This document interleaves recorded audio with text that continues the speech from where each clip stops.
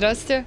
Как зовут? Айдай. У тебя, вот смотрю, форма, вроде там кыргызские орнаменты, вот так смотрю, китайское кимоно, да? Да, А в каком стиле будешь выступать сегодня? сегодня в кыргызском стиле буду В петь. кыргызском это получается кыргызская форма или китайская форма? Или смешанные? Смешанная. Смешанные? Да. Но будешь на кыргызском выступать сегодня. А вторая песня какая песня? Вторая на французском. На французском. Сегодня в основном поют, почему-то, не знаю, на французском. На итальянском это только редкость. Ну что ж, желаю удачи, ни пуха. Не пера. К черту.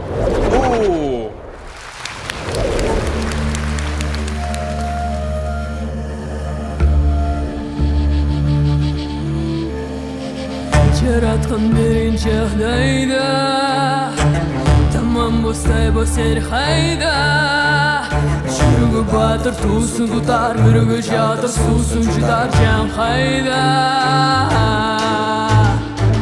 қанаты сынсы қайдардан қаратып түсі қайрадан бір намысқа тұрар жиып екенінде улам жиып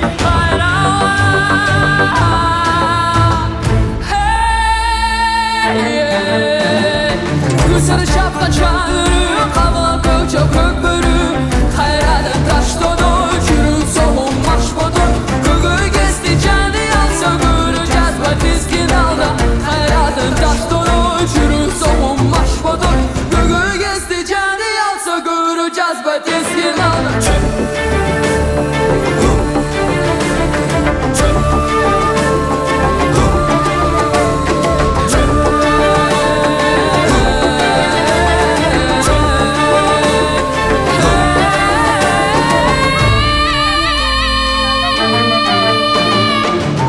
Çapkan çağırı, kabalan koca köpürü Hayradan taş donu, jürü soğuk baş botu Kıgı gezdi canı yalsa göreceğiz batizkin alda Hayradan taş donu, jürü soğuk baş botu Kıgı gezdi canı yalsa göreceğiz batizkin alda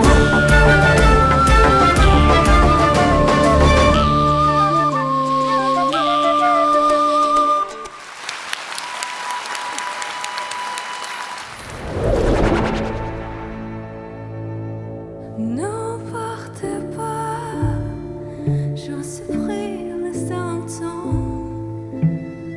Ça sonne des pannes, me fait savoir je peux que moi.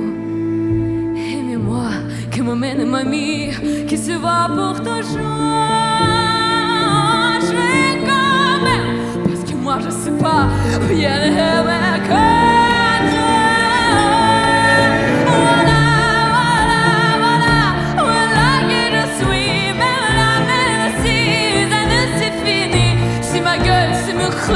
Mais voilà tant pis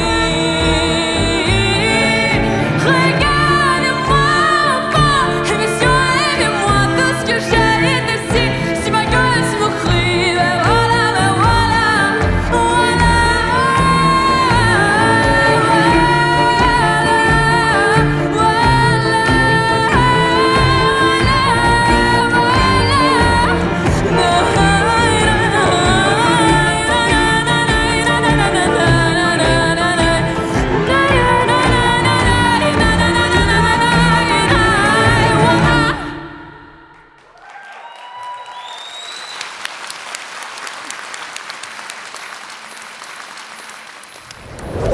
Вначале, конечно, я волновалась, но потом просто все отпустила моментом, как только песня началась, и я просто отдалась полной сцене. В целом, мне понравилось.